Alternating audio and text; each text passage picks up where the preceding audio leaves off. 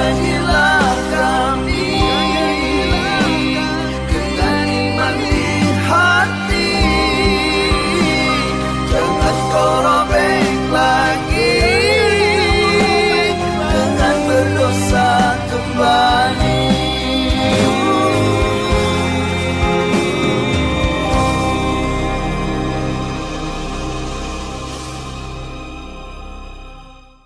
Baik, bersama tentunya dengan Kimo Hai. Assalamualaikum Kimo. Assalamualaikum warahmatullahi wabarakatuh. Ya, ini tentang kegalauan kali ya. Ini tema Siapa sih yang bikin? di atas tema-tema yang lain. Udah hampir 4 apa 5 kali tema, ya ternyata Bapak Ibu sekalian, Ustadz Guswar semua ini. Ternyata yang berkaitan sama tesis S2 beliau. It's okay, nggak apa-apa. Palu gada, Palu gada. gada. Jadi ibarat itu apa namanya, sekali mendayung perahu 2-3 hari capeknya gitu. Sambil menyelam minum Fanta lah. Oh iya, nyelamnya di mana itu? Iya, Oke, kita ingin menyapa dulu pada para jamaah Zoomiyah yang sudah bergabung. Terima kasih dan semoga saja keikutsertaan Anda dan kita semua pada hari ini mendapatkan keberkahan dari Allah Subhanahu wa taala. Amin. Demikian juga yang ada di studio Sisa TV. Ini sudah ada juga jamaah yang sudah hadir, alhamdulillah, dan semoga saja ini memberikan manfaat buat kita semua. Baik, sebelumnya mari sama-sama kita buka dengan membacakan suratul Al-Fatihah. Ala hadinihi wa likulli niyatin sholihah. Al-Fatihah. A'udzubillahiminasyaitonirrajim. Bismillahirrahmanirrahim. Alhamdulillahirabbil Ya.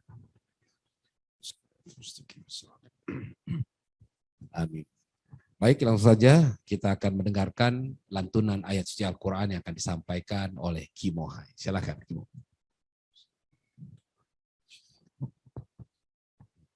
A'udzu billahi minasyaitonir rajim.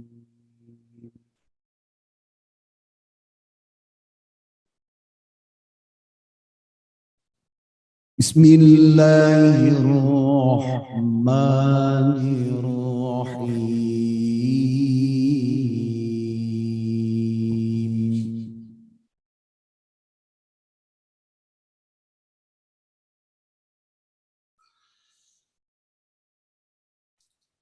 وَنُنَزِّلُ مِنَ الْقُرْآنِ مَا هُوَ شِفَاءٌ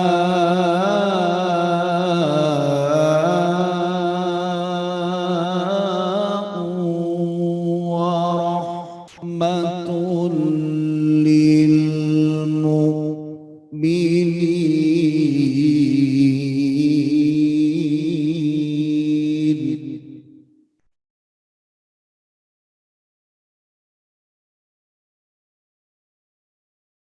ولا يزيد الظالمين إلا خسارا.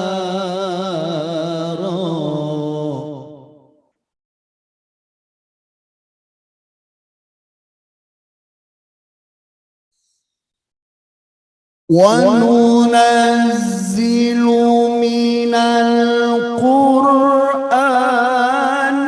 ما هو شفاء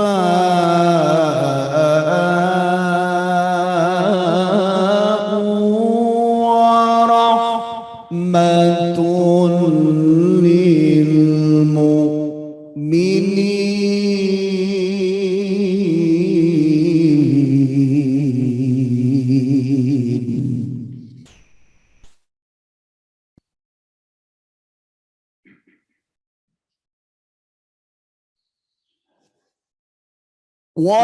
وننزل من القرآن ما هو شفاء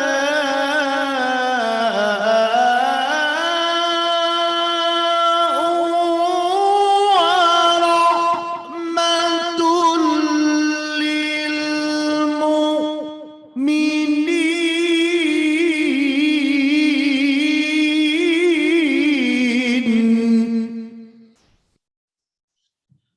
ولا يزيد الظالمين إلا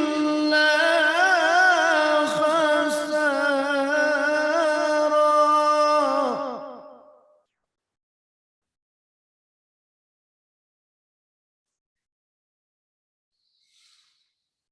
بسم الله الرحمن الرحيم.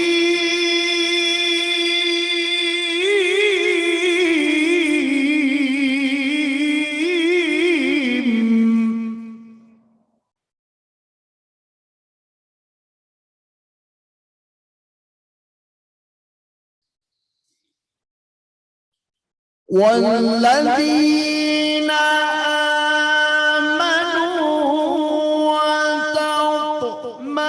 وتطمئن قلوبهم بذكر الله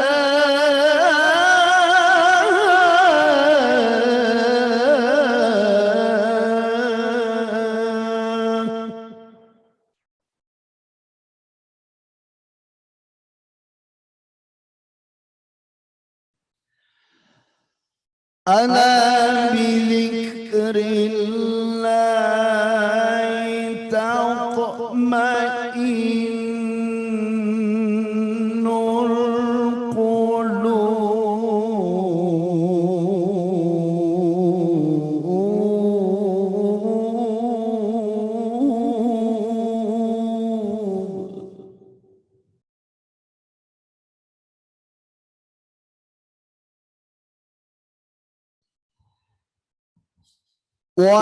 والذين آمنوا وتطمئن قلوبهم بذكر الله. ألا بذكر الله تطمئن القلوب. ألا بذكر الله تطمئن القلوب.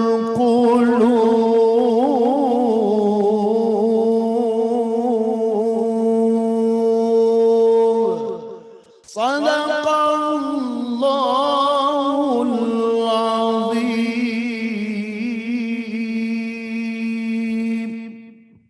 Sadaqallahul azim wa sadaqa rasulun nabiyyun wa nahnu ala dzalika minasyahidin wa syakirin walhamdulillahi rabbil alamin. Insyaallah. Tadi dua ayat telah dibacakan. Yang pertama adalah surat Al-Isra ayat 82 dan yang kedua itu surat Ar-Ra'd ayat 38 kalau salah ya. Ya. Ayat 28 dan 82. Ar-Ra'd. Nah, kalau bicara mengenai hati yang mati, sebenarnya apakah orang itu menyadari bahwa hatinya itu telah mati?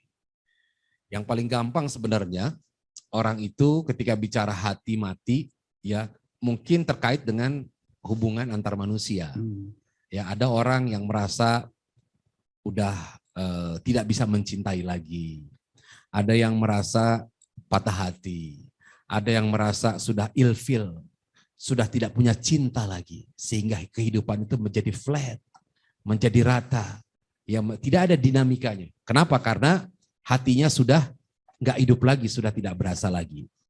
Nah, bicara mengenai hati yang mati, bagaimana kemudian kita menempatkan ini? Apakah hati yang mati ini, ya, itu berlaku kepada hubungan kepada transenden kepada Allah, atau juga terjadi kepada sesama manusia, kepada orang-orang yang di dekat kita, sahabat-sahabat kita dan yang lainnya. Nah inilah yang akan kita perbincangkan. Ada satu hadis yang mengatakan bahwa inna fi jasadi mudghah fa iza saluhat saluhat jasadi kullu fa iza fasadat fasadat jasadi kullu ala mahyal qalb. Di dalam diri manusia itu ada segumpal daging. Ya kalau daging itu baik maka baik pula manusianya. Kalau daging itu buruk maka buruk pula manusianya. Nah, itu adalah hati. Ternyata segumpal daging ini memiliki peranan yang penting dalam kehidupan kita. Hanya segumpal daging loh. Tetapi justru segumpal daging inilah yang kemudian mempengaruhi segala sikap, tindakan, perbuatan, ucapan yang kita lakukan baik kepada Allah maupun kepada sesama manusia. Nah, jadi yang merasa bahwa hatinya biasa-biasa tidak ada masalah, jangan-jangan Anda sedang bermasalah. Kenapa? Karena manusia pasti punya masalah. Jadi orang yang tidak punya masalah berarti dia sudah bermasalah. Benar. Oke, langsung silakan Kimo. Punya masalah kah antum? Oke. Ntar aja jawabnya. Bismillahirrahmanirrahim. Assalamualaikum warahmatullahi wabarakatuh. Waalaikumsalam. Alhamdulillahilladzi nawwara quluba bitilawatil Qur'an wa zayyana akhlaqana bi jahil Qur'an wa hassana a'malana bi dzikril Qur'an wa bayyada wujuhana bi mukramatil Qur'an. Asyhadu an la ilaha illallah, asyhadu anna Muhammadar Rasulullah ma ba'd. Qala Allah Ta'ala fi kitabil karim wasdaqul qailin. Yarfa'illahu alladhina amanu minkum walladhina utul ilma darajat. Shadaqallahul adzim. Terima kasih Ustaz Biswar yang sudah memberikan waktu. Yang saya banggakan, saya muliakan seluruh peserta Zoom-nya. Bapak Ibu dimanapun berada, baik yang ada di Nusantara ataupun di mancanegara. Juga Bapak-Bapak dari Majelis Maslahatul Ummah. Juga Majelis Kopi Uduk. Ya, yang ada di Majelis Dava Center. Kita dipertemukan kembali pada kesempatan ini dan ini adalah karunia. Ya, kenapa kita masih ada? Karena jatah rezekinya belum habis. Sebaliknya kenapa kita masih hidup? Ya, karena belum juga selesai datangnya ajal keduanya. Itu belum mati karena masih ada jatah rezekinya. Begitulah seterusnya. Kita bersyukur kepada Allah yang telah banyak memberikan karunia sehat, lahir batin, juga hidayah iman dan Islam. Dan tema kita kali ini adalah tema yang terberat ya. Kita bahas tentang sabar dan bagian iman.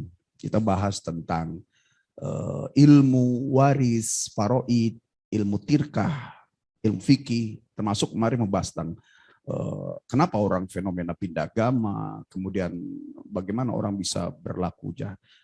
Itu bagian kecil. Bahkan kehidupan juga itu bagian kecil. Dan semua itu ditampung dalam hati. Jadi tema ini sebenarnya di banyak tema-tema seminar itu banyak lah. Ya. Tapi ternyata prakteknya berat. Ya. Termasuk saat ini saya akan menyampaikan aklamasi. Bahwa tema ini tidak hanya untuk Bapak Ibu sekalian, termasuk buat kita nih sebagai pengingat kan. Karena ini yang kita bicarakan sebuah wadah yang lebih besar dari semesta alam jagat raya.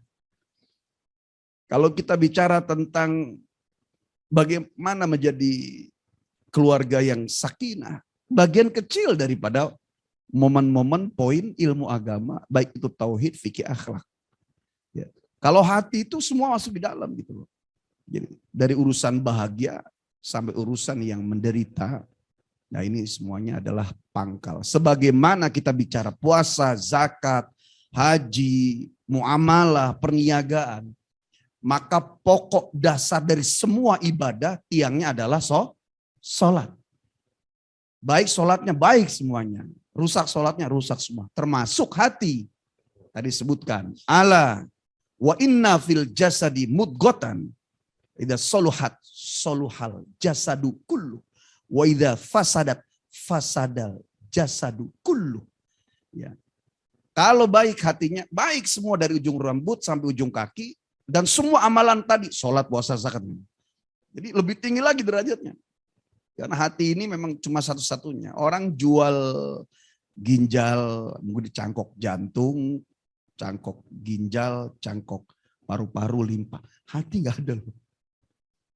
Bahkan disebutkan hati disebutkan dalam hadis itu sebenarnya al-qalbu itu adalah jantung.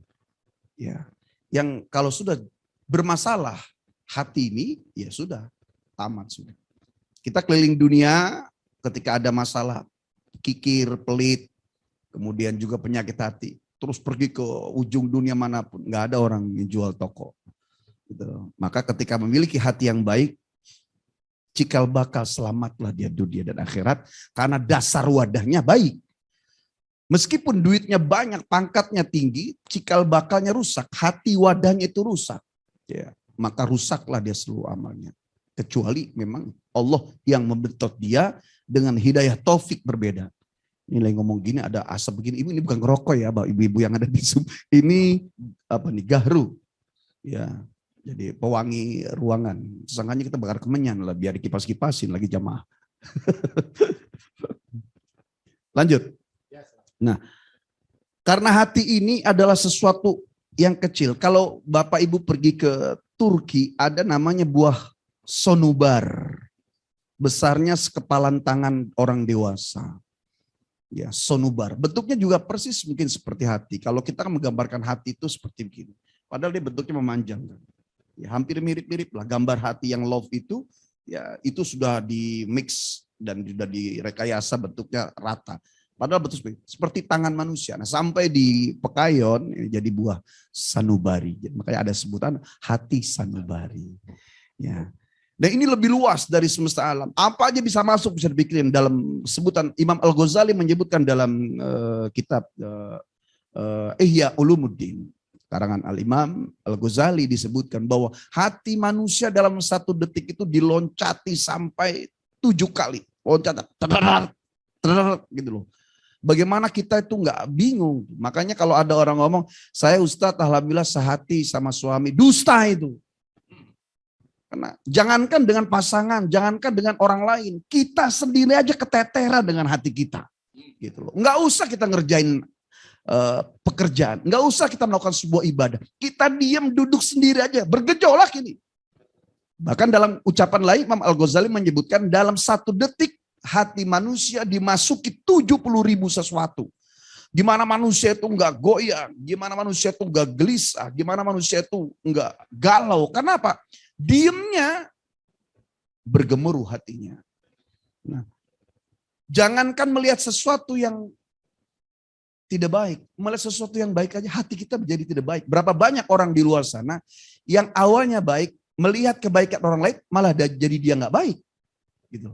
Ya, maka penyakit hati dan obat hati ini penyakitnya untuk bisa sampai kita alami melalui proses-proses.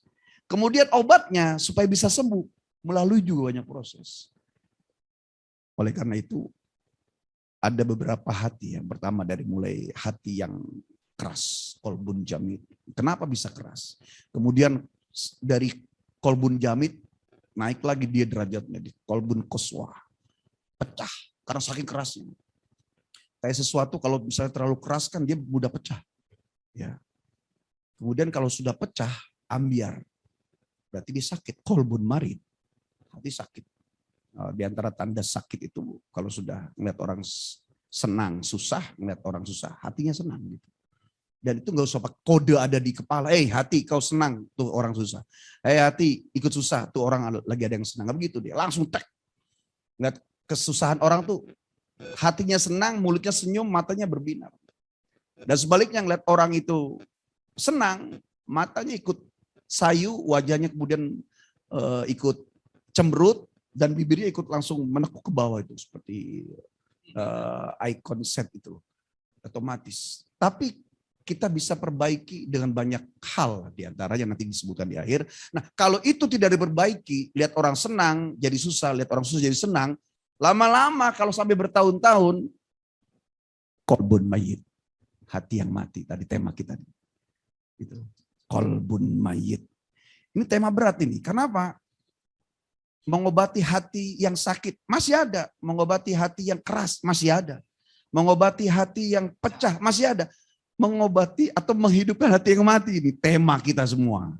Ya, mudah-mudahan kita bisa nanti ngobrol, cicet, tanya jawab, dan ini sangat berat. Nah, kenapa sampai orang itu bisa mati hatinya? Satu, yang pertama dimulai dari ini masalah PR kita. Tarkus sholah. Dulu dari awal kita mulai membangun balik ya balik gitu, gampang meninggalkan sholat. Ini juga adalah poin-poin utama. Ya. Kemudian yang kedua adalah karohiyatul Quran. Ya. Nggak suka dengan Al-Quran. Kalau ada orang membaca Quran dia tidak bergetar. Kalau ada orang menyebut kalimat Allah dia juga tidak bertambah keimanan. Dalam surah Al-Anfal disebutkan innamal mu'minuna alladzina idza dzukirallah wajilat qulubuhum. Ya, di antara tanda orang beriman adalah ketika disebutkan nama Allah bergetar hatinya. Allahu akbar, Allahu akbar. Kita bisa cek sendiri lah kalau ada orang menyebut Allah. Ya, wa idza tuliyat ayat zadat hum imana. Kalau dibacakan Quran hatinya tuh mulai bertambah. Ya Allah. Tidak hanya mulutnya doang, Allah, Allah, tapi hati ikut teduh, ikut senang. Gitu. Ya. Wala rabbihim yatawakkal. Di antara tanda orang benar sering dia bertawakal kepada Allah. Kemudian yang ketiga di antara tanda orang yang mati adalah ya hubbul ma'asyi. Dia mencintai maksiat. Ya. Ketika melakukan maksiat dia tidak merasa itu sebuah kesalahan. Makanya tanda orang yang melakukan maksiat kemudian dia akan selamat adalah saat melakukan maksiatnya saja dia merasa salah. Itu hal yang bisa menyelamatkan. Yang repot lagi adalah ketika dia bermaksiat, dia melakukannya dengan tenang. Setelah bermaksiat, kemudian dia melakukan kesombongan. Dia tidak merasa itu sebuah kesalahan, bahkan dia pamerkan maksiat itu kepada orang lain. Nah ini fadzakir fa inna dzikra tanfa'ul mu'minin, kita saling ingetin. Karena maksiat itu kan tidak hanya seperti yang Bapak Ibu tahu atau kita tahu. Termasuk lalai itu juga maksiat loh. Kita nggak ingat Allah seharian nih. Terlalu sibuk kita jalan-jalan, ngitung uang, sibuk dengan gelimang, harta, pangkat, jabatan. Selama beberapa detik, 1 jam, setengah hari itu maksiat juga. Karena aslinya adalah kita 24 jam harusnya memang sebagai hamba ya ingat kepada Allah. Ketika nggak ingat itu maksiat. Dari mulai teringan, tidak ingat kepada Allah, sampai sesuatu yang menzolimi dirinya, menzolimi Allah, menzolimi nabinya. Jadi ini tema udah paling puncak di atas gitu. Kalau dalam ilmu yang paling tinggi ilmu tauhid. Gitu loh. Tapi pembahasan tema yang paling tinggi, tema hati. Kalau hati juga kalau misalnya bagaimana menjaga hati, itu masih ringan tuh. Karena posisinya berarti kita lagi sedang aman tuh hati. Kalau sudah menghidupkan hati yang mati, ini PR kita bersama saudara-saudara. Maka sebab diutamanya kita yang harus tahu. Pertama, karena dulu sering meninggalkan sholat. Kemudian kedua, ya tidak mencintai Quran. Yang ketiga, ya hubbul ma'asi, mencintai kepada maksiat. Ini 3 dulu nih, ntar kita sambung. Iya. Nanti baru bicara tentang obatnya. Baik, kita renungkan ya, kira-kira apakah tanda-tanda itu ada di diri kita masing-masing. Nah, saya juga kadang-kala suka sedikit agak ini ya, menyikapi gitu. Kalau ketika orang suka bercanda apa nih, kan suka di kantor dia ada yang sholat, udah gue titip aja ya. Nah, itu bahaya tuh. Itu bercanda, tapi bercandanya agak nyerempet-nyerempet gitu. Terus dengerin azan, panas gitu. Iya. Khawatirnya dibuat benar sama Allah. Kita ini sering Gitu. menyampaikan sesuatu hanya untuk orang tersenyum, kemudian kita berucap, bolehlah bercanda humor, tapi ada hal yang dia beli dan dia buang gitu. Jadi salam yang mana Nabi ya gitu. Kalau dia begitu mau sholat aja bisa jadi masalah, apalagi kalau misalnya ternyata dia cuma nitip dan gak mau sholat gitu. Nah, itu candaan yang cuma orang tersenyum kemudian akhirnya dia membuat hati jadi keras itu. Ya, kadang-kala saya suka ngomong gini Kimo, gue ini termasuk orang yang suka bercanda. Ya kan, tapi ketika bercandanya yang seperti itu berusaha untuk menghindari. Kenapa? Karena bercanda-bercanda yang kayak tadi itu adalah bercanda-bercanda yang sebenarnya memiliki efek kejiwaan. Jadi apa yang kita ucapkan, ya semua itu akan berbalik kepada kita. Sama kayak kita bercermin. Coba kita ngomelin cermin. Yang kita omelin siapa? Diri kita sendiri. Ya, kita maki cermin, maki juga. Kita ludahin cermin. Kalau cerminnya ada karetnya berbalik ya.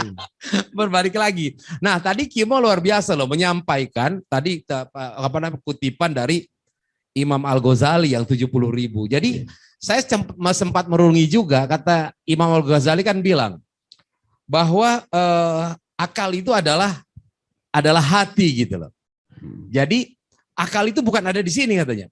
Akal itu adanya di dada. Jadi kalau orang bengong, ya kan, orang bengong tuh paling ngapain? Kan kadang-kadang nggak mikir. Tapi dia bisa kemana-mana. Nah, kemana-mananya itu sebenarnya ya bukan saja berpikir, yang menggerakkan adalah hatinya. Kalau hatinya benar, pasti dia menghayalnya juga menjadi yang benar. Tapi kalau hatinya kemudian lagi ke dalam keadaan galau, ya bisa jadi yang dihayalkan juga sesuatu yang bisa merusak gitu.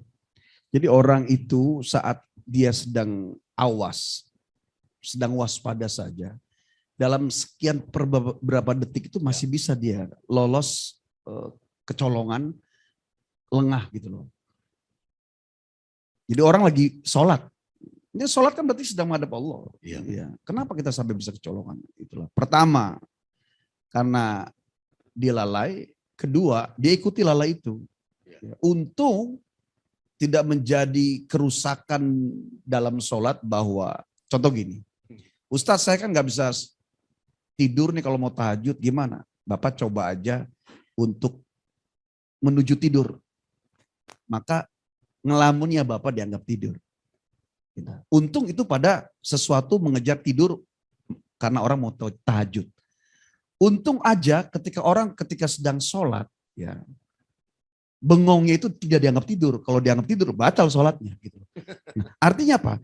Kita punya potensi untuk bisa lalai meskipun beberapa detik dalam keadaan ibadah, apalagi di luar ibadah-ibadah. Ya, kenapa kemudian orang seringkali atau diri saya lah, begitu sholat, gue rakaat keberapa ya? Nah sebenarnya itu karena lupa. Nah enaknya kita itu berjamaah begitu. Jadi kadang-kadang lupanya kita, ya karena ada yang imamin. Coba kalau imamnya lupa. Imamnya lupa. Makanya disitulah ada hukum sujud sahwi, ya kan? Ada syariat terus baca apa, kemudian di belakang imam tuh harusnya siapa ya, gitu. Tapi kan? kemudian ada yang bertanya gini Kimo. Jadi Bapak Ibu sekalian jamaah Zoom ya. Kalau tidak salah Rasulullah itu kan pernah lupa ya. Tapi lupanya Rasulullah itu karena memang disengaja oleh Allah supaya turun hukum. Beda sama lupanya kita. Kalau kita lupanya memang banyak ngelamun, lalai.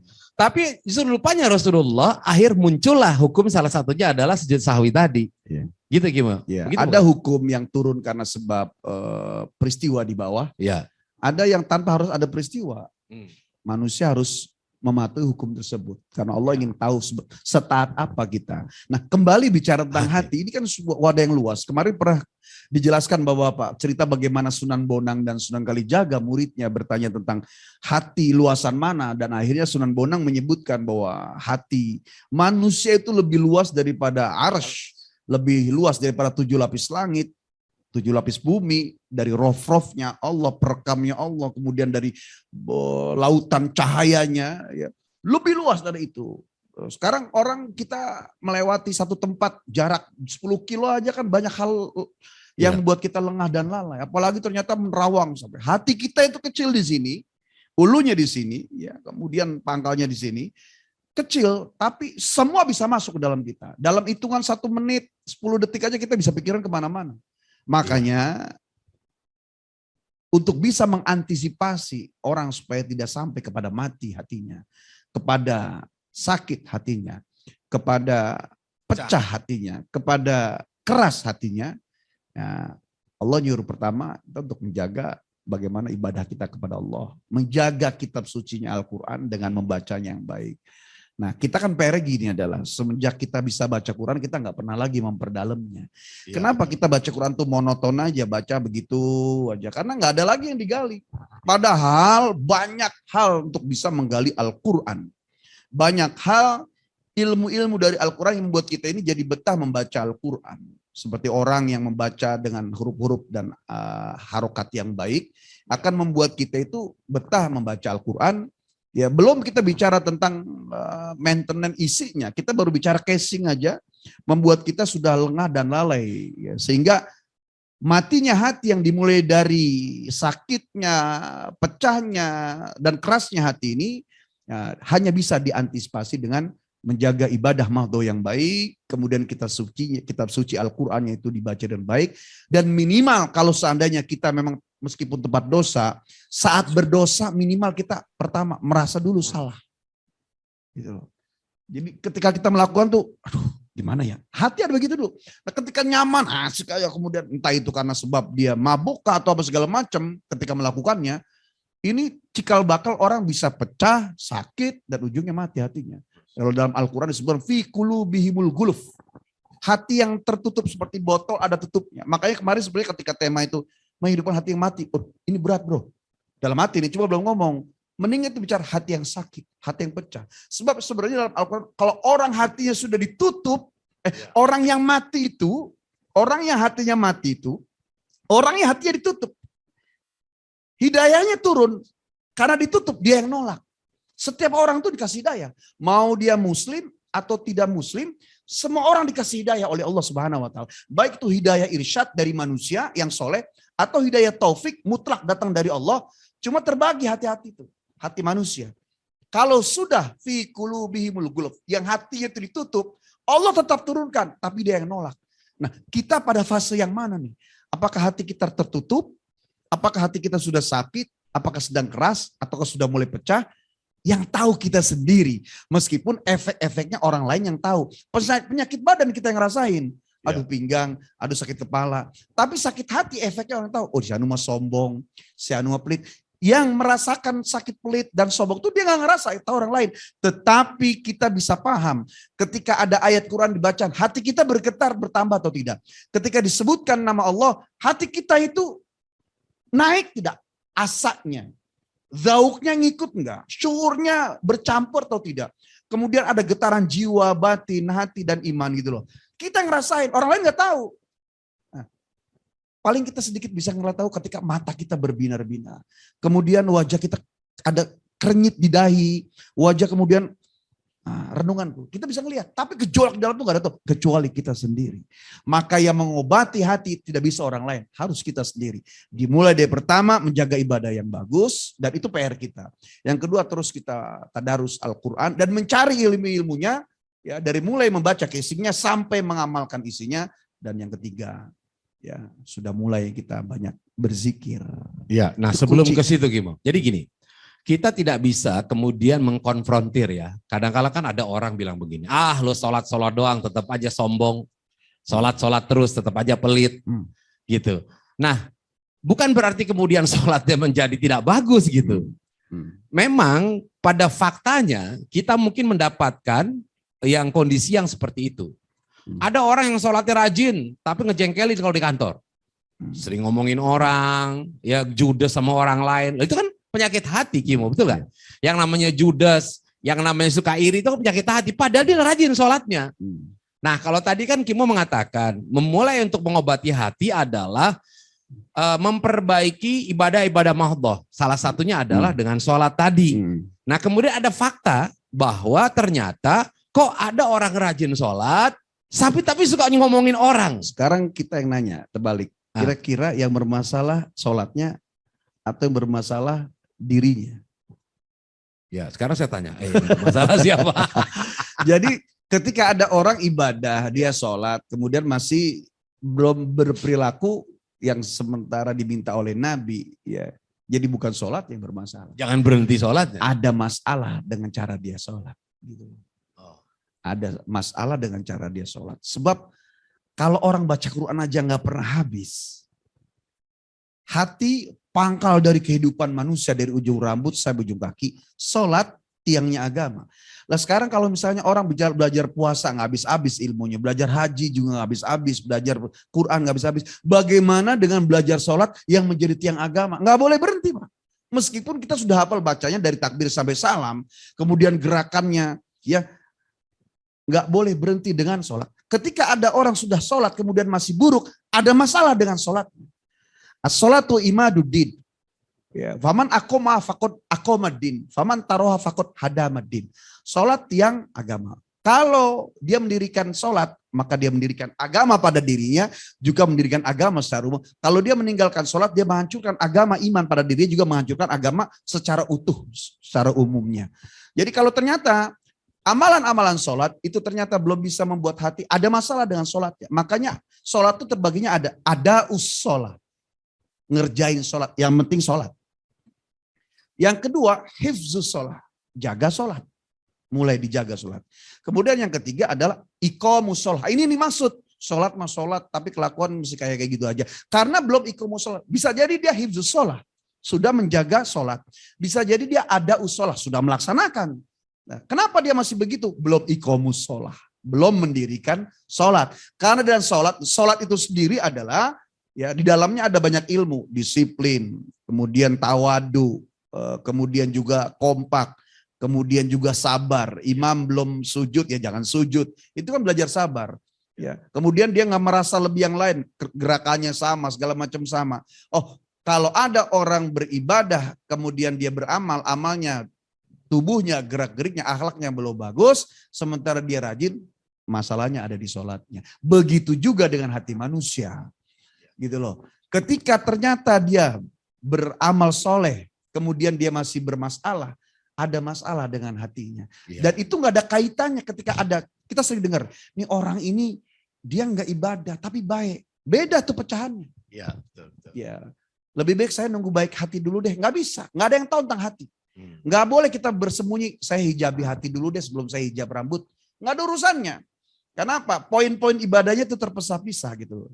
Ketika dia beribadah, berbuat baik kepada manusia, ada pahalanya. Ketika dia ternyata hatinya baik, juga ada pahalanya. Ketika hatinya belum baik, meskipun dia baik sama orang, juga ada dosanya, terpisah sendiri gitu loh. Nah ini adalah PR kita. Karena seumur hidup kita menuju kematian, kita punya potensi untuk bermaksiat kepada Allah atau potensi beramal soleh kepada Allah. Memang kalau kita lihat, itu kalau salah ada ungkapan dari Buya Hamka yang menyikapi seperti itu, Kimo. Jadi ada orang sholat, kemudian masih perilakunya jelek. Ada orang yang perilakunya jelek, perilakunya bagus, dia tidak sholat. Nah, kata Buya Hamka itu apa gitu ya. Lah orang ini perilakunya baik, tapi tidak sholat. Apalagi kalau dia sholat. Ya kan? Orang ini sholat, perilakunya jelek, apalagi dia nggak sholat. Lebih hancur lagi tuh orang.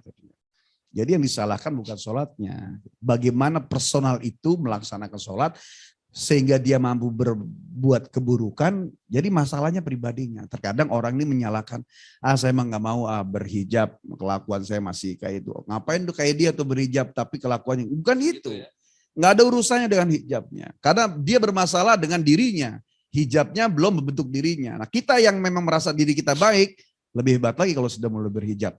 Dari mulai urusan hijab kah, dari urusan sholat kah, ya semuanya bermuara di hati. Dan ini adalah PR kita seumur hidup, karena orang tergantung ujungnya. Nah, jadi saya teringat dengan sebuah lirik lagu. Ini saya pikir yang bikin liriknya luar biasa ya. Hati bila selalu bersih, pandangannya akan menembus hijab. Tapi hati bila dikotori, bisikannya bukan lagi kebenaran. Tapi hati bila dikotori, bisikannya bukan lagi kebenaran. Nah, lirik yang pertama tadi, hati bila selalu, pandangannya akan menembus hijab. Ini yang buat itu orang dari Malaysia, Buya Asyari.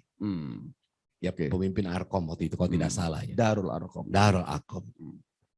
Ya itu pemahamannya gimana sampai menembus hijab itu kan artinya betul-betul bahwa hatinya bersih itu bisa langsung nyambung. Iya.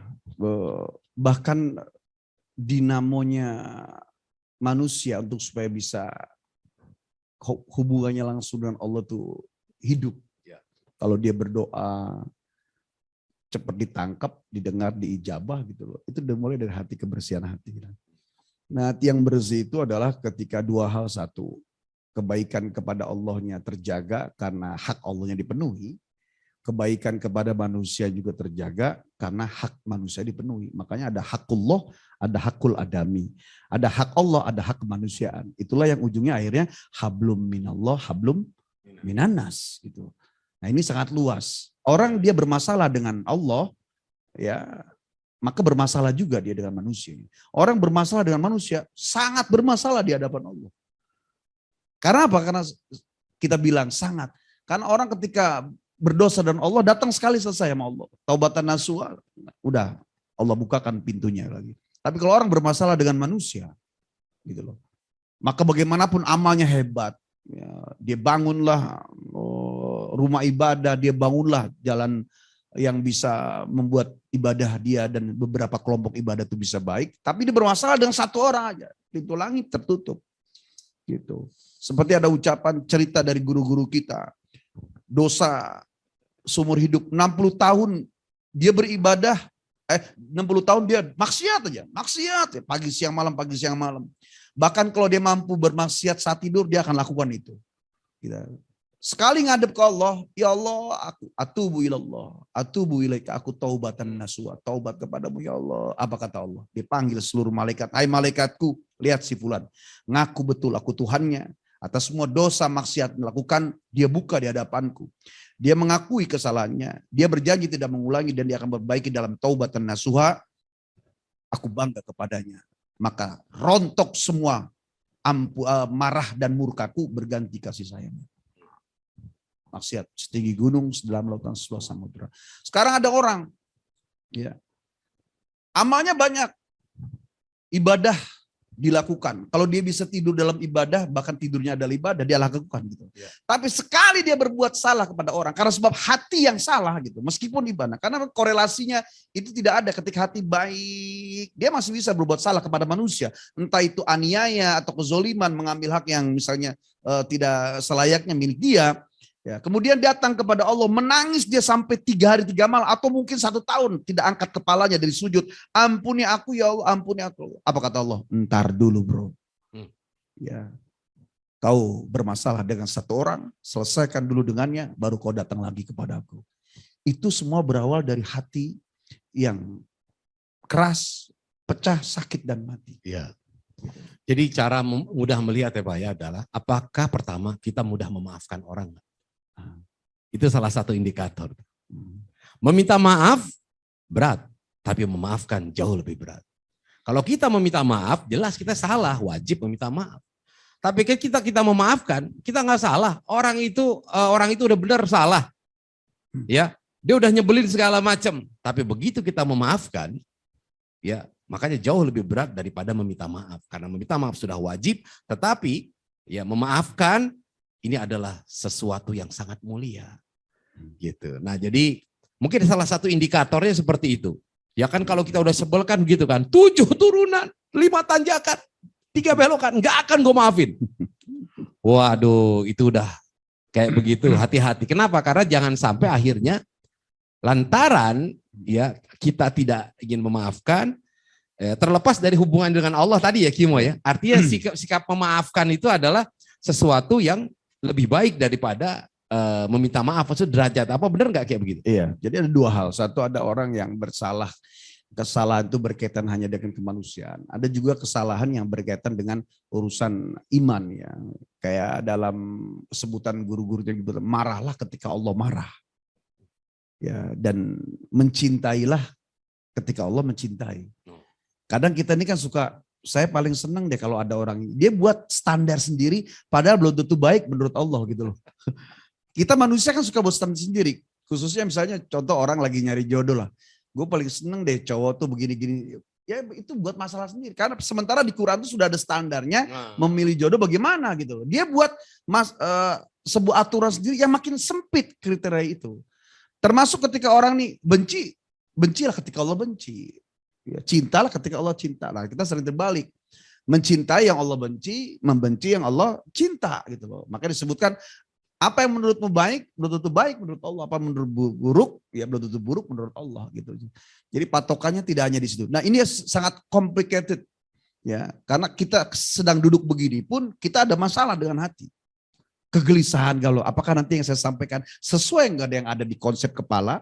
Kemudian ketika tersampaikan apa yang di konsep kepala, keluar dari printer mulut, sudah sesuaikan dengan ada yang di dalam hati gitu kan. Nah, makanya kenapa tadi kita itu memulai ini dengan Al-Fatihah. Kenapa dimulai dengan doa? Supaya ada sebuah keyakinan bahwa apa yang dikeluarkan itu bukan karena keinginan kita. Bukan karena keinginan Kimo, bukan karena keinginan si Agus. Tapi berharap apa yang dikeluarkan ini memang inspirasi dari Allah. Makanya kadang-kadang orang ya, terkadang berpikir mempersiapkan materi. Nah, lupa bahwa bukan materi yang menjadi sesuatu yang sebenarnya bisa menghidupkan. Yang menghidupkan itu adalah apa? Kontak komunikasi dengan Allah. Ya kalaupun kita ternyata buat konsep, mau bicara segala macam, lakukanlah sebagai bentuk manusianya gitu. Tapi kalau sudah berdiri on stage, ya di panggung, kemudian di mimbar, itu yang paling banyak ya berkontribusi selain ilmu yang dia pelajari karena sebab pintar dan cerdas adalah hidayah. Iya. Benar Hidayah. lagu itu dong. Iya, hidayah hilang. Iya, hidayah. Kadang kita udah nyiapin A, keluarnya B. Giliran turun, kok nggak disampaikan? Lupa. Nah, Allah itu kenapa ajari. loh? Memang Allah menginginkan seperti Iya. itu sebenarnya. Satu, kekuatan hidayah. Kedua juga kecerdasan seseorang. Ya, ketiga, mental. Iya, mental. Dia udah siap konsep. Hatinya bersih, orang yang baik, ibadahnya oke. Mentalnya nggak ada. Pas di depan, ini guru gua. Langsung blok dia. Langsung jatuh gitu. Jadi semuanya tuh saling berkaitan lah. Sebagaimana Iya, iya. mobil Setuju, tuh setuju. harus ada setir, ada rem, ada gas, Ada ada bensin. kopling, ada bensin, ada lampu sen, ada wiper. Semuanya sama manusia. Itu barang yang ada di mobil, benda-benda di mobil aja banyak sekali kalau di absen semua. Apalagi hati manusia. Yang mata ini bagaimana, kuping bagaimana. Makanya bagaimana bisa orang tidak menuntut ilmu.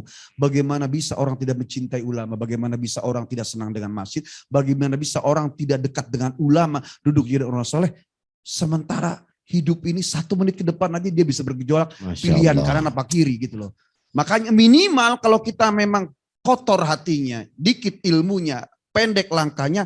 Julasa'uhumul ulama wa khula'utus solihin. Duduknya bersama ulama, ngumpulnya dengan orang soleh. Itu nyelamatin. Kenapa? Ya, Ketika ya, nanti ya. ditanya di akhirat, saya mengikut aja malaikat nono depan no gitu. Nah, itu dia emang. Aman udah. Iya, makanya berat menjadi pembicara.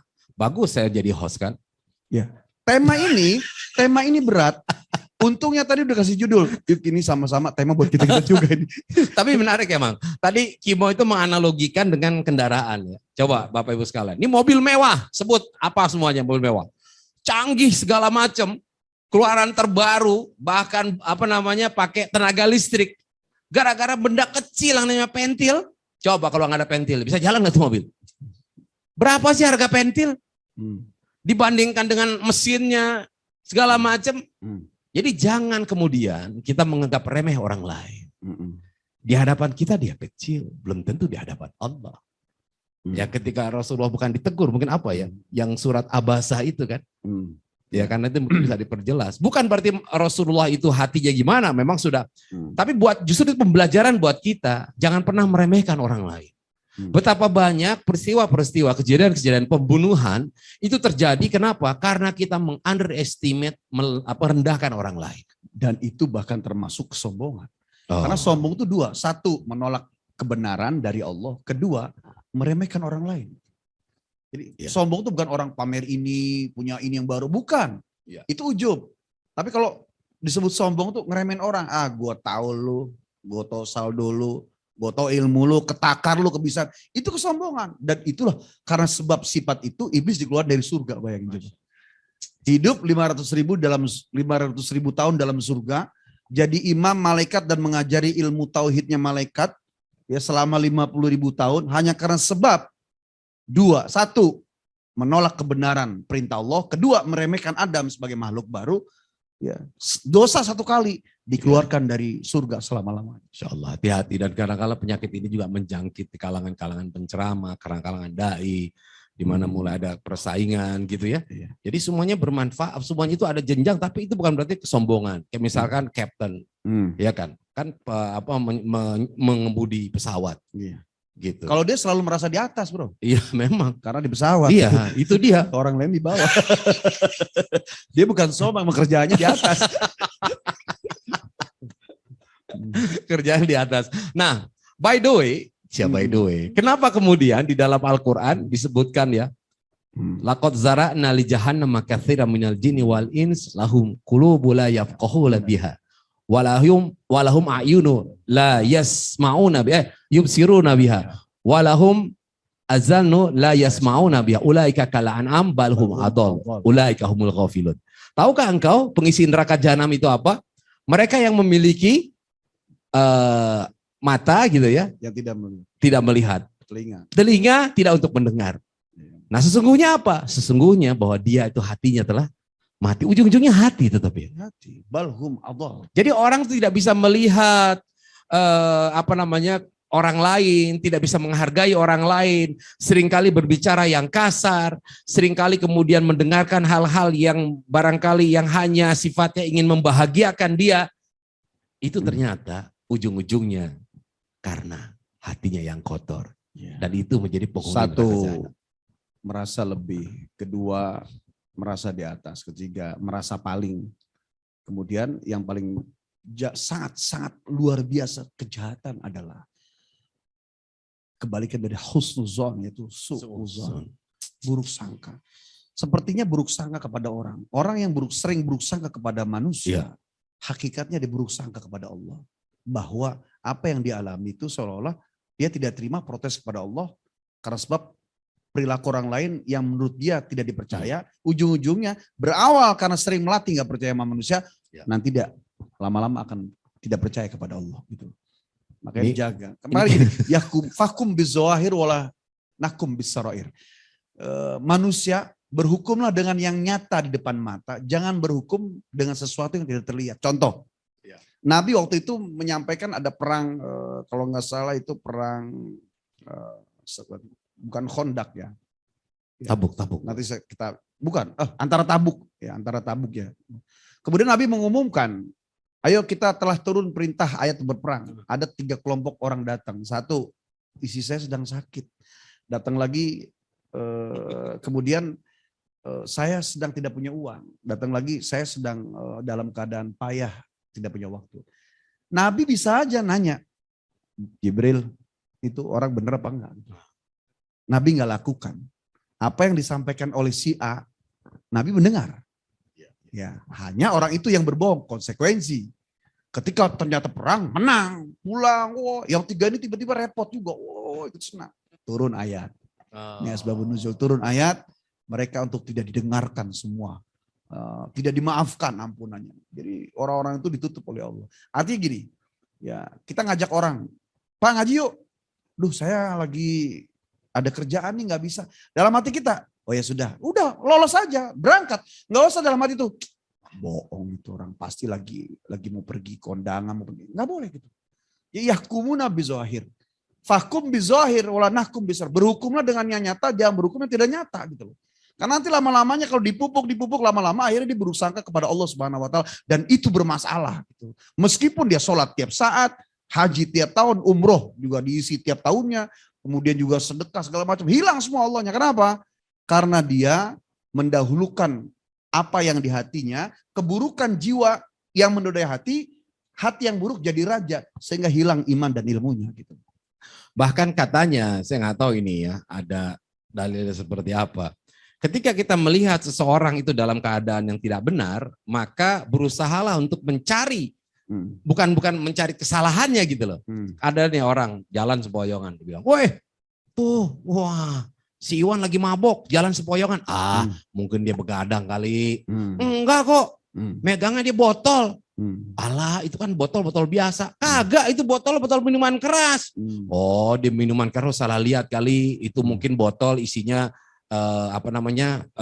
minyak. Iya. Gitu. Itu 2 pelajaran tuh bro. Satu buat dia bahwa apapun kita tetap harus baik. Ya. Ya kan, sampai nyata ada kesalahannya. Yang kedua, bahwa memang orang yang menyampaikan berita itu dia tidak boleh kecuali dengan saksi gitu loh. Nah, kemudian kebutuhannya apa? Kalau kebutuhannya memang untuk disidangkan harus dengan saksi. Ternyata untuk disidangkan hanya untuk jadi obrolan. Nah, barulah masalah lagi yang baru. Benarnya jadi gibah, tidak benarnya jadi fitnah. Nah, itu. Ini masa berat sekarang di mana sosial media tuh isinya itu semua ya. Nah, inilah. Saya udah jawab inilah doang. Nah, sebab orang Islam itu jangankan yang taat, yang nggak sholat aja, yang tukang mabok, kalau udah diajak perang, takbirnya paling kenceng. Dan itu diketahui lah orang-orang di sebelah sana, orang-orang Yahudi, orang-orang yang tidak suka dengan Islam ini, ya mereka buatlah senjata baru. Ya, senjata baru dengan konsep satu gorsus sukuk, menanamkan keraguan-raguan, dan gozul fikri, perang pemikiran, dan alatnya sosial media. Dengan sosial media inilah berkecamuk orang merasa sombong, ada, wah lihat aja, termasuk di Indonesia maha benar netizen dengan segala komennya kan. Wah, main hujat, main sikat aja kemudian ada orang yang ngatain, saling menuduh segala macam. Dan ini sekarang sudah masuk di era anak-anak kita. Naudzubillah min dalik. Nah, PR kita semua lah. Jadi makanya tema ini nanti kemana-mana ini. Iya. Ya, sebagaimana membahas orang tentang ilmu bisa kemana-mana, apalagi ini hati yang menjadi wadah kehidupan. Kalau baik hatinya, baik semuanya, baik daripada jiwanya, daging yang segumpal ini, baiklah seluruh amal. Naudzubillah kalau sebaliknya. Masya Naudzubillah. Allah. Oke. Dari tadi serius banget ini semuanya, mungkin materinya membuat kita selalu berpikir gitu kali ya. Kita aja yang ngomong mikir, mereka sampai bapak-bapak, aduh ini kemana? Terbawa suasana. Yang termasuk yang kerjanya selalu merasa di atas juga. Kapten. Kalau kapten tuh sombong boleh dia. Karena emang mainannya di atas. Kan yang ngeluarin orang kecil semua. Oh iya, nih Gitu orang dia. kecil-kecil. Tapi yang di bawah juga ngeliat orang Oh, kecil. itu lebih kecil lagi, malah nggak kelihatan. Oke, silakan yang mau bertanya, yang sudah ingin bertanya atau ikut sharing silakan. Mungkin yang merasa yang sekarang sedang lagi galau, punya permasalahan, ya nggak apa-apa. Tapi jangan menceritakan ininya ya, maksudnya gimana ya kalau ada permasalahan, jangan deh. Jangan ceritain lah. ntar Ini dia tahu temanya gitu. terlalu berat, sampai nggak ada yang ngechat ini. Biasanya banyak gitu ya. Padahal dari hati ini kan sebenarnya kemana-mana. Orang bisa hormat kepada ulama dimulai dari hati yang sudah kena klik. Ya. Orang bisa mencintai seseorang dari hati gitu. Orang bisa taat kepada Allah, hidayah turun dari hati gitu kan. Nah, may yahdihillahu fala mudilla lahu wa may yudhlil fala hadiyalah. Kalau siapa yang dikasih petunjuk oleh Allah nggak ada yang ngalangin. Siapa yang ditutup hatinya nggak ada yang bisa ngasih hidayah. Termasuk ketika Rasulullah menyampaikan kepada pamannya Abu Thalib, wahai paman, fashhad, sampaikan, ucapkan syahadat. Selebihnya nanti aku yang akan sampaikan di hadapan Allah gitu loh. Supaya Abu Thalib ini dalam beberapa riwayat dengan khilafiyahnya bahwanya Nabi mengajak pamannya Abu Thalib yang sudah berjuang ya, menjaga dan menghidupkan Islam ketika dalam perjuangan bersama Siti Khadijah. Ayo paman sebutkan aja. Ya turunlah ayat. Innaka latahdi man ahbabta walakinnallaha yahdi may yasha. Sesungguhnya engkau tidak bisa memberi petunjuk karena itu urusan Allah. Masya Allah. Wadahnya adalah hati tadi. Dan kita ini sampai detik ini terus mencari isi-isi hati. Meskipun kasar gini, kita mungkin boleh lemah dalam ibadah yang naik turun stabilitas. Equalizer ya. Apa volumenya naik turun gitu loh. Tapi minimal hati kita nggak boleh naik turun bro.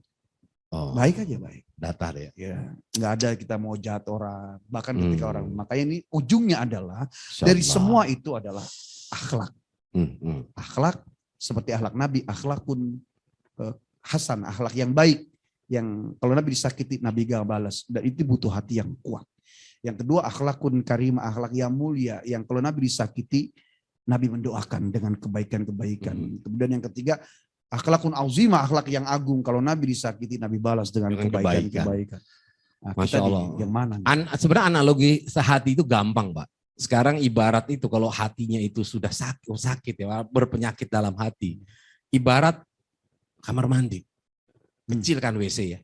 Coba begitu kita masuk kamar mandi, ada sisa kotoran orang. Wah, marah. Taruh tikus satu, menjerit-jerit, wah gitu kan.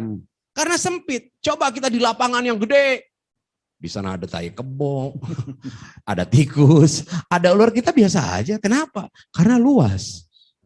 Ya, cakrawala kita luas. Kita tidak terpengaruh dengan hal-hal yang ada di sekeliling kita. Tapi kalau di kamar mandi, waduh, taruh ular. Bagaimana PR-nya supaya bisa luas? Iya. Nah, untuk supaya bisa luas harus tenang. Oh, supaya tenang? Supaya tenang. Gimana tenang maksudnya? Sholat, Oh, baca Quran, zikir ya. berzikir. 3 ini sebenarnya PR utama, dasar utama dari kunci kita dari tema ini. Menjaga ibadah mahdoh, kemudian membaca Al-Quran. Ya, tadi ayatnya dibaca di awal. Wa nunazzilu minal Qur'ani ma huwa shifaa. Ya, kami turunkan Al-Quran jadi obat. Jadi Allah yang ngasih obat gitu. Ya, bentuk Al-Quran. Wa rahmatul lil mu'minin. Jadi rahmat, kasih sayang di antara manusia.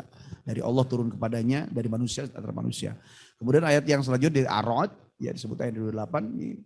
Ya, walladzina amanu, dan orang beriman, wa tatma'innu qulubuhum, dan hati yang tenang. Dengan apa tenang? Bizikrillah. dengan mengingat Allah. Ala bidzikrillah tatma'innul qulub. Karena dengan mengingat Allah tuh hati jadi tenang. Supaya orang itu jadi luas hatinya, dia harus tenang. Contoh gini, seorang qori, ini perumpama ya. Mau berangkat baca Quran, dia tampil di sebuah acara, kemudian tengah jalan saudaranya telepon. Mas, ibu wafat. Maka rontok setengah mental dia.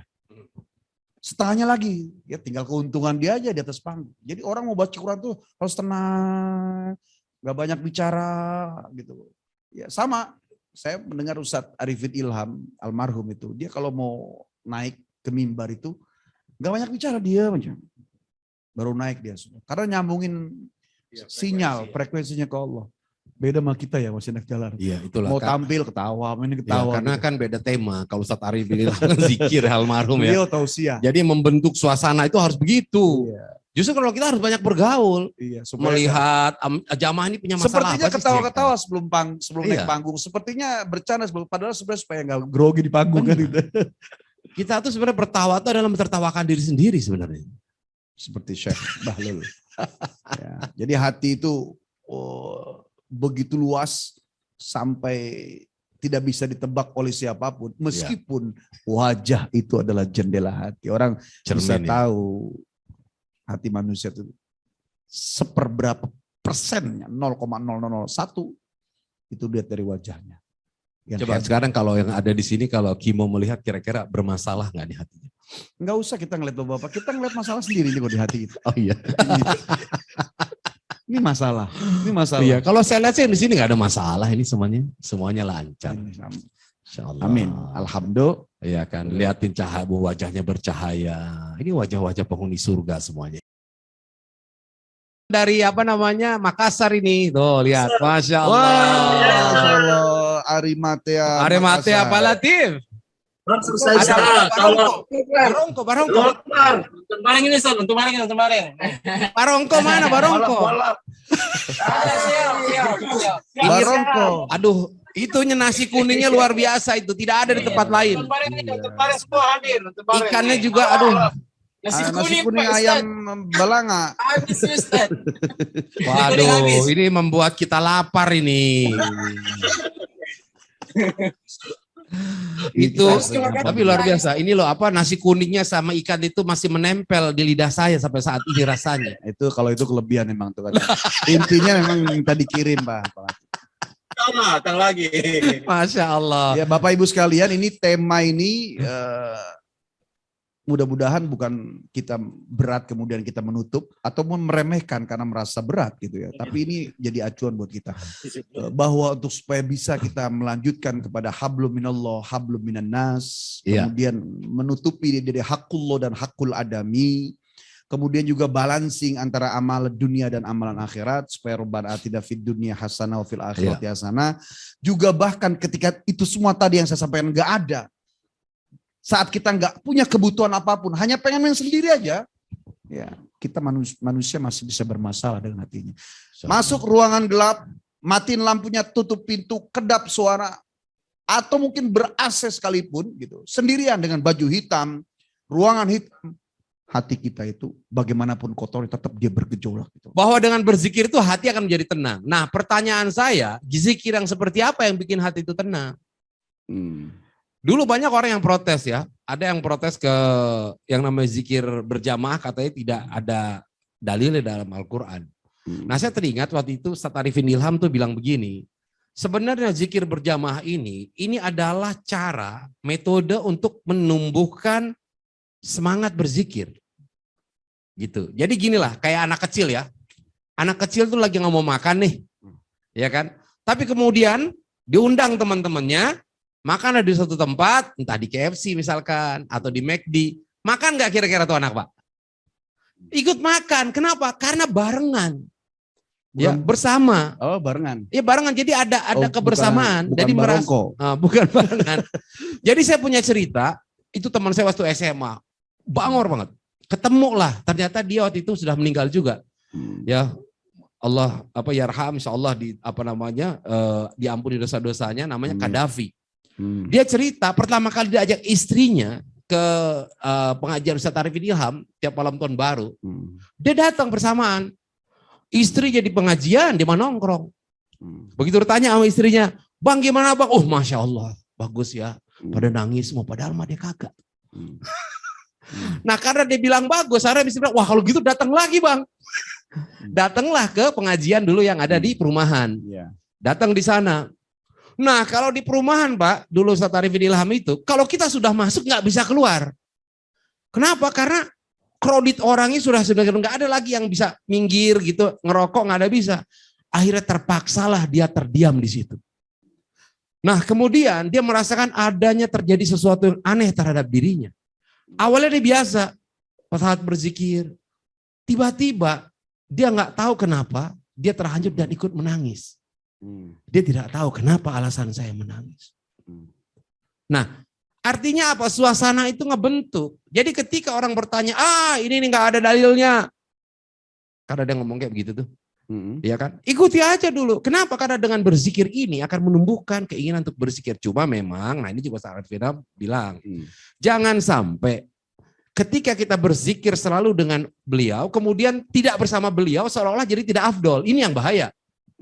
Justru di situ tumbuh atau menumbuhkan, ya seharusnya zikir yang sendirinya lebih mantap. Kira-kira begitu. Apa yang dilakukan oleh beliau? Pertama syiar, kedua tarbiyah.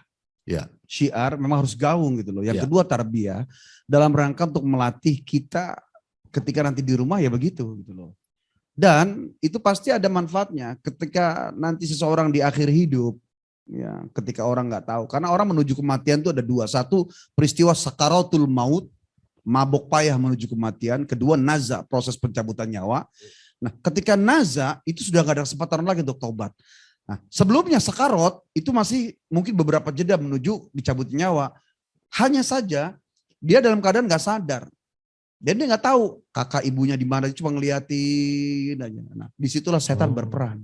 Nerawang ya? Dia nerawang dia nggak tahu dia apa yang dihadapi oleh dirinya, dia nggak tahu. Nah berharap dengan zikir-zikir la ilaha illallah subhanallah walhamdulillah itu bisa sampai di kuping dia di saat keluarganya nggak ada yang mentalkin, nggak ada yang mentaklimkan, kemudian dia teringat zikir-zikir dia. Karena setan itu, hai engkau fulan, sekarang kau hidup, masih ada orang di sekitarmu, masih ada ulama, masih ada ustadz, masih ada majlis, masih ada masjid, masih ada pesantren, masih ada orang mengingatkanmu, tapi nanti di ujung hidupmu, aku bersama bala tentaraku datang kepadamu, menggodamu min amami dari depan, wa min waroi dari belakang, wa min fauqi dari atas, wa min tahti dari bawah, wa min yamini dari kanan, wa min shimali dari kiri, wa min khariji dari luar, wa min dakhili dari dalam. Cukup berucap, apakah aku Tuhanmu? Kemudian si Fulani dalam keadaan sedang mabuk berucap, dia berkata, iya aku, kau adalah Tuhanku, selesai sudah. Insyaallah. Jadi hati-hati kalau yang kebiasaan yang ngebanting kartu inget gitu kali ya. Iya. Ceplak. Ya orang dulu di Cirebon ada yang begitu. Lagi banting balak 6, jebret, ini keras nih tanahnya sampai langsung begini. Meninggal? Iya meninggal, di kafan kan lama begini. Serius Iya, bercanda? serius tahun 80 ada begitu.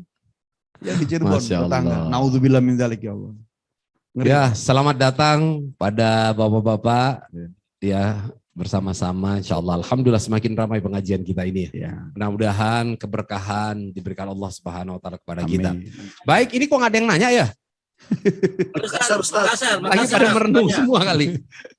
Nah, tadi ngapain ini? Halo, ada yang bertanya? Makassar. Oh Makassar, ayo silakan Makassar. Bertanya silakan. Ya, Assalamualaikum warahmatullahi wabarakatuh, Ustaz. Waalaikumsalam warahmatullahi wabarakatuh. Ya, terima kasih Ustaz atas kesempatannya. Perkenalkan, nama saya Febri Mu'allaf dari Makassar. Alhamdulillah. Yang saya mau tanyakan Ustaz, masalah menghidupkan hati yang mati sesuai dengan tema yang mau saya tanyakan ini Ustaz. Ini saya mau tentang kejadian yang pernah dialami seorang ibu rumah tangga.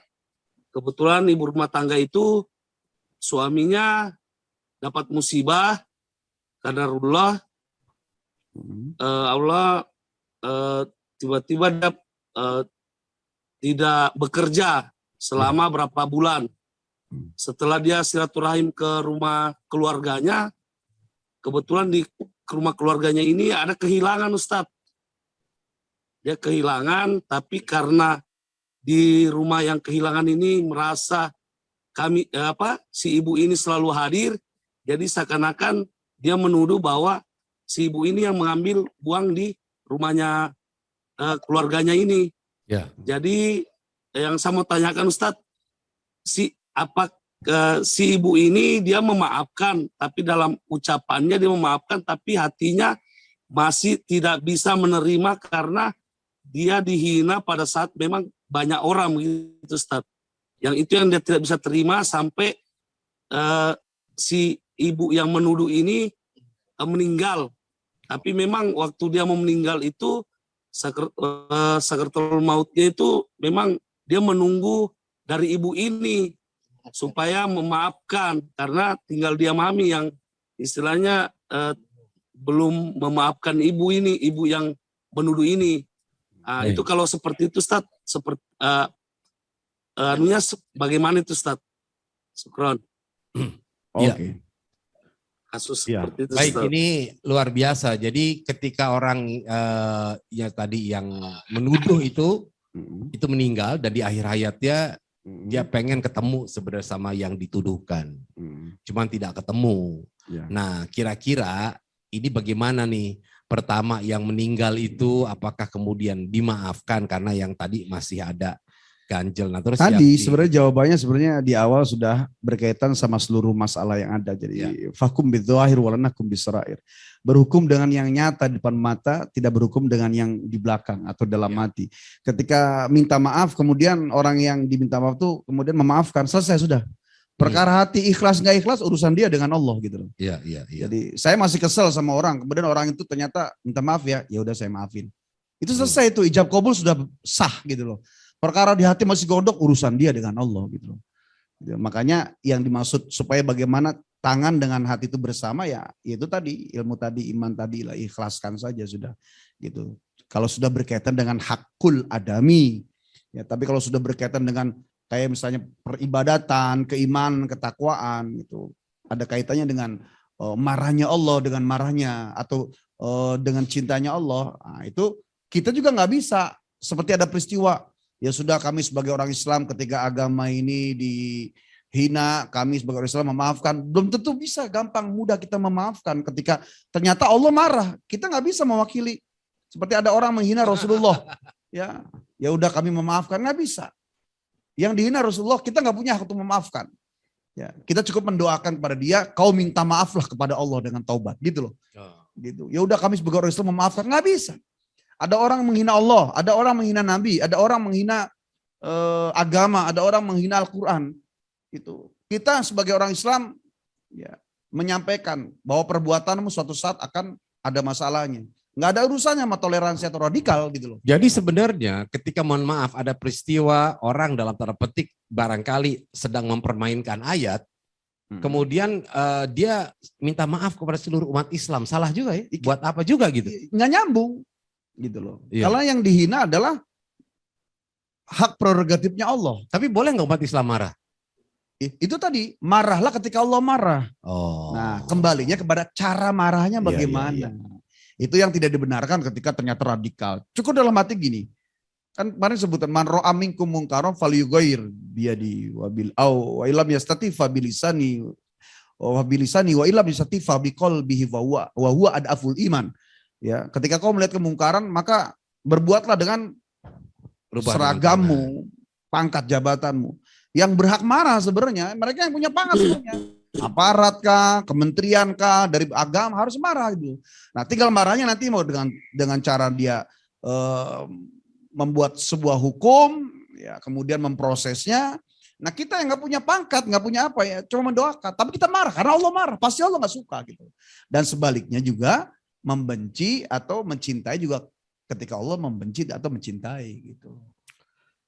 Oke, baik, ada lagi yang bertanya? Ini waktu yang kita tadi sudah lewat paham ya. Jadi ketika ternyata orang maafin saya ya, iya sama-sama saya juga minta maaf. Selesai sudah sebenarnya. Ya. Gitu loh. Jadi jangan sampai dia cuman bohong doang tuh di mulut, jangan Nggak ngomong boleh. begitu. saya minta maaf sama Ustadz Guswar, ini salah. Kemudian iya udah sama-sama. Karena sebab gaya memberi maafnya begitu, terus kemudian kayaknya belum ikhlas. Nggak ada urusannya, Pak. Ya. Nggak ikhlas, ya ikhlas dong. Sampai diulang-ulang. Udah saya maafin. Yang bener dong. Nggak usah begitu. Bro, saya minta maaf ya. Iya sama-sama. Selesai sudah. Nggak usah ditagih lagi. Kenapa? Yang di awal, yang di depan, mata itulah yang kita jadikan hukum. Jadi teman-temannya di Makassar, akad di awal apa? Minta maaf. Kemudian ternyata dimaafkan. Selesai sudah. Gugur kewajiban di hadapan Allah. Isqatul aujibat. Gitu. Yang tadi kalau yang masih ngeganjel berusaha untuk ya itu tinggal akhlak kita, bukan berarti bodo amat dia mau maafin yang minta udah, nggak begitu. Tetaplah kita jaga. Karena tadi disebut silaturahim itu bukan menjaga. Kita nih bukan silaturahim, Pak. Kalau begini namanya ukhuwah, menjaga persaudaraan al-Islamiyah karena kita sama-sama Islam. Dan kita bukan silaturahim. Nah, contoh, saya marahan Ustadz Guswar, kemudian putus kita ke komunikasi. Saya datang kepada Ustadz Guswar dalam rangka untuk itu namanya silaturahim. Gitu. Kenapa? Karena menyambung yang terputus. Kalau lagi begini mah nggak silaturahim, namanya ukhuwah. Gitu. Satu tadi, zikir yang seperti apa yang bisa menenangkan hati? Ya, zikir semua yang sudah disampaikan Rasulullah, banyaklah zikir. Dimulai dari zikir yang terbaik. Afdhalu ma qultuhu ana wan nabiyuna min qabli. Seafdol-afdolnya sesuatu kalimat ucapan dari aku sampai sebelum nabi-nabi sebelum aku, ya afdol maka fa'lam annahu la ilaha illallah. Kemudian yang kedua, subhanallah alhamdulillah wa la ilaha illallah Allahu akbar. Ya. Kemudian yang ketiga, ini bukan urutan ya, bukan urutan. Al kalimatani khafifatani fil lisan, thaqilatan fil mizan. Subhanallah wa bihamdi, subhanallah lazim. Dua kalimat ringan di mulut, berat di timbangan. Subhanallah wa bihamdihi, subhanallahil azim. Biasanya kalau dibaca misalnya habis subuh tuh suka dirangkum sama guru-guru kita, para ulama. Subhanallah wa bihamdihi, subhanallahil azim, astagfirullah, subhanallah bihamdihi, subhanallahil azim, astagfirullah. Itu biasanya baca jelang azan sama di antara dua azan dan qomat. Nah, terus buat kita bagaimana? Silakan istighfar. Astagfirullah. Karena zikir juga ada tempat-tempatnya. Gitu. Kayak bapak-bapak nih. Ya, kalau lagi lemah zikirnya langsung la haula wala quwwata. Lemah gimana sih? Ya, lemah boleh lah, mau lemah iman, lemah syahwat terserah lah. Ya, karena tanyanya wajar, mukanya itu loh yang berbeda gitu. Enggak, ini bener maksudnya. Lemah. Ketika sudah mulai lemah, ya Allah. Atau boleh dengan kalimat Allahu Akbar, Allah, biar besar hatinya. Kemudian kalau ternyata sedang habis minum obat, zikirnya jangan subhanallah. Subhanallah itu untuk menetralisir sesuatu yang keruh. Nah, obat itu kan racun. Habis minum obat zikirnya subhanallah, jadi nol lagi. Bapak-bapak habis minum susu, jangan subhanallah zikirnya. Ya, habis minum susu nih, kemudian minum vitamin apa subhanallah, nol lagi jadi air gitu loh. Jadi kalau sudah minum obat, bacanya apa? La haula wala quwata illa billah. Tidak ada daya upaya kecuali semua dari Allah. Karena kita paham, mantri, dokter, bidan, rumah sakit, dan semisalnya itu cuma 30%, 70% itu dari sugesti, kemudian dirangkum 1% itu dari kekuatan Allah Subhanahu wa taala. 1% melengkapi 99%, ya, tapi 1% bisa menghancurkan 99%. Makanya zikirnya tadi, kalau kita, nah kemudian bagaimana yang terbaik dari semua zikir-zikir, dari mulai sholawat, kemudian zikir Quran, ya kembali tadi, jadidu imanakum bi kalimati la ilaha illallah. Perbaiki terus iman kalian dengan ucapan la ilaha illallah. Dan kita latihan itu. Sebab ujungnya ada tadi, man kana akhiru hayatihi la ilaha illallah dakhalal jannah. Siapa orang yang ujung hidupnya mulutnya berucap la ilaha illallah dakhalal jannah. Baginya pasti masuk dalam surga. Pertanyaannya, di ujung hidup kita bisa nggak ngucapin itu? Ya. Gitu. Jadi jangan gini loh, orang seringkali kan ngomong anggap enak bener ya. Gara-gara ngomong bisa la ilaha illallah itu langsung masuk, bisa apa, dijamin masuk surga. Lah, prosesnya itu jangan menganggap bahwa kalimat itu ketika sakaratul maut jadi gampang. Karena gitu ternyata menuju mati itu ada. Kadang-kadang gini Kimo, orang tuh merasa gini loh, dia tuh udah merasa dirinya banyak perbuatan amal baiknya. Sementara banyak orang yang dianggap brengsek. Gara-gara di akhir hayatnya ngomong kayak begitu, masuk surga. Lah gue yang banyak amalannya kayak gini, masa apa yang susah-susah? Ngapain lagi gitu, percuma. Nggak begitu. Justru kalimat la ilaha illallah itu rangkumannya, prosesnya dari amal yang soleh. Tapi dia lupa bahwa iman yang baik akan menuntun dia kepada kalimat la ilallah, dimulai dengan latihan zikir. Contoh orang gini, orang latihannya ngomongnya sesuatu yang berkaitan dengan mekanik atau otomotif lah. Ternyata datang orang, Pak coba ngomong Pak, bicara tentang ini Pak, perobatan kedokteran. Aduh, yang mana? Gitu sama. Nggak bisa ngomong dia. Atau dia bisa ngomong. Biasa kalimat dengan ucapan-ucapan yang berkaitan dengan, kemudian ada pertanyaan yang mengagetkan karena sebab mentalnya lemah, nggak bisa jawab juga. Seperti orang yang sedang grogi, ente sebenarnya bisa, cuma ente grogi. Dia menguasai karena grogi, lupa. Lirik lagu aja bisa lupa. Itu tadi seperti Ustadz Guswar kemarin. Saya kemarin kan tampil tuh di daerah mana itu. Ya, saya nungguin habis saya selesai bernasyid, kemudian saya tungguin lah jatah beliau. Pas musik udah main saya tungguin dia. Saya ngeliatin kok ini ada suara, saya lihat dia lagi nyengir aja begini Pak. Lupa sama liriknya. Alasannya aja kenapa lupa? Saking enak mic-nya. Orang lagi mic-nya enak malah lagi makin hebat nyanyinya. Ada aja alasannya. Enak bener gitu. Saya tungguin gak tau dia lagi begini aja. Pas nengok saya cuma senyum. Tapi grogi yang berwibawa baru saya lihat dari dia. Grogi kan begitu, dia grogi. Begitu grogi. Tapi kalau itu kan gak ketahuan. Langsung yang panik itu adalah operatornya. Gimana mau tahu orang? Dia pikir mic-nya mati. Jadi operatornya. Operator yang repot. Operator yang belingsatan. Kok ini gak ada suara? Padahal dia lagi ngayang ini kemana ini gitu. Gimana orang mau lihat dia? Orang jamaah jauh gitu kan. Ya, luar biasa. Masya Allah. Oke. Nah, ini contoh. Jadi makanya minimal segrogi-groginya kita, seburuk-buruknya amal, masih oleh Allah kita dikasih kesempatan keringanan mengucapkan kalimat la ilaha illallah. Ya, meskipun mulut kita terkunci. Coba Bapak giginya kunci. Rapatin giginya Pak. Ya, kalau ada giginya ya Pak. Kalau ada giginya. Rapatin. Ucapin la ilaha illallah. La ilaha illallah. Meskipun mulut kita terkunci, gigi kita rapat, tetap kita masih jelas mengucapkan kalimat la ilaha illallah. Benar ya. Iya. Itulah kuasa Allah. Yang semua huruf ini dibuat oleh Allah.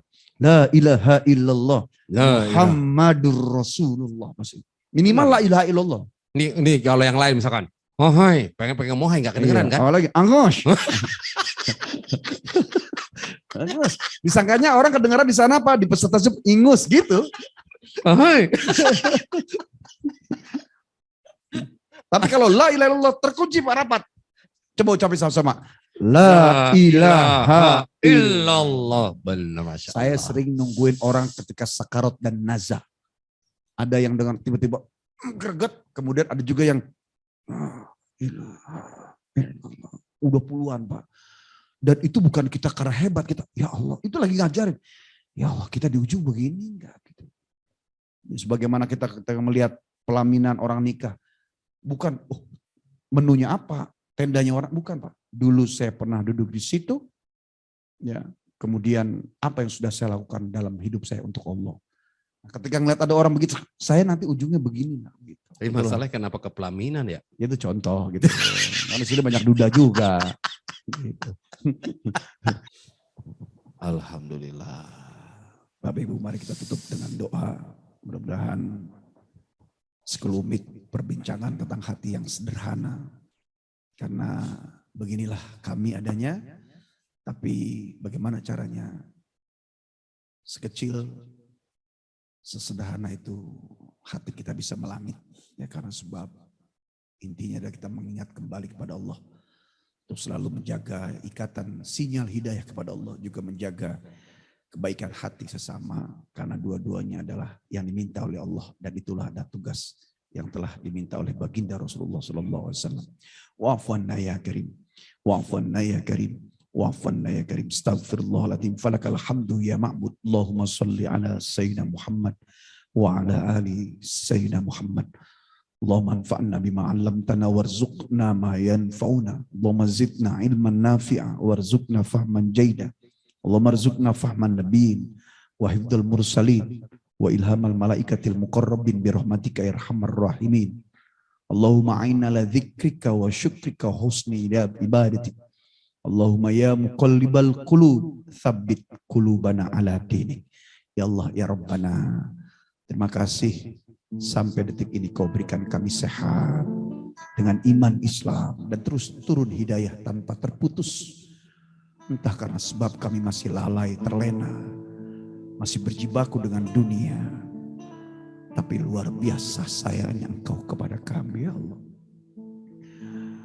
Jangankan dalam amaliyah hari-hari kami berbisnis, menjadi pegawai, bekerja. Jangankan saat kami sedang baca Quran. Sedang sholat pun kami masih lalai. Sedang sholat pun kami masih berhitung waktu, terburu-buru, tergesa-gesa.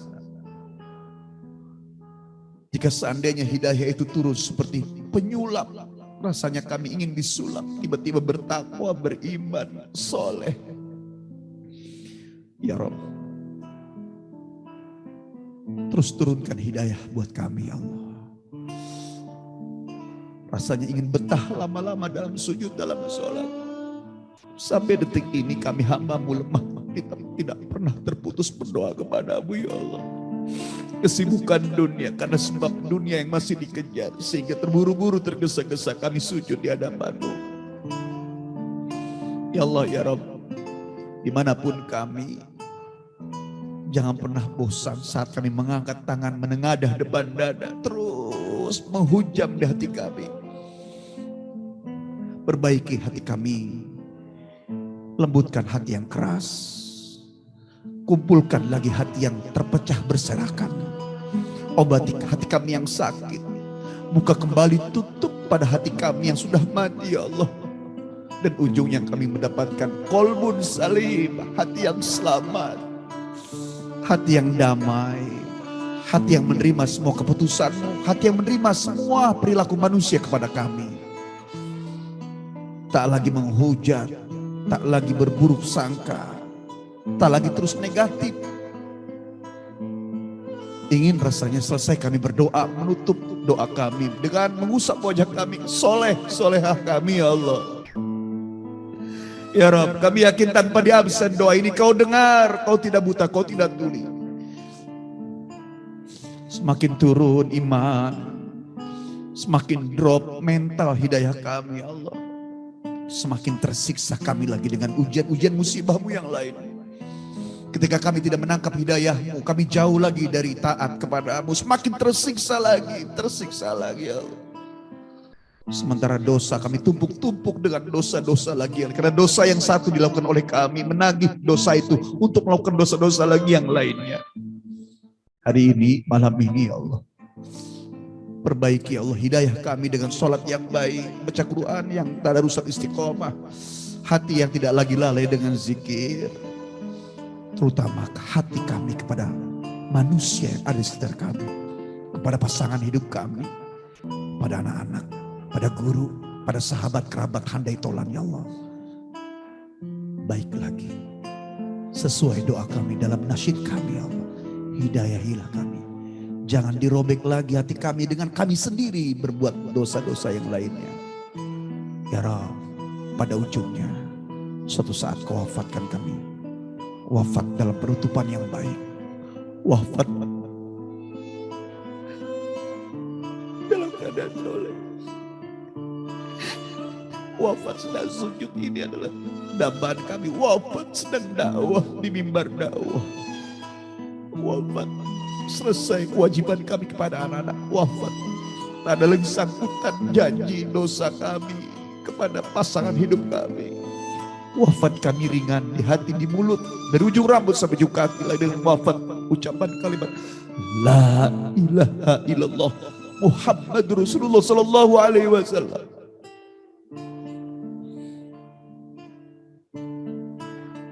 Kami merenung ya Allah.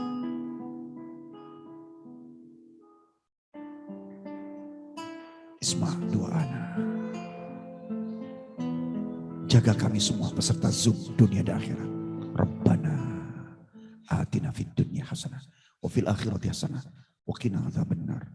Alhamdulillahirabbil alamin. Baik, mari sama-sama kita tutup dengan doa penutup majelis. Subhanakallah wa bihamdika asyhadu an la ilaha illa anta astaghfiruka wa atubu ilaik. Semuanya.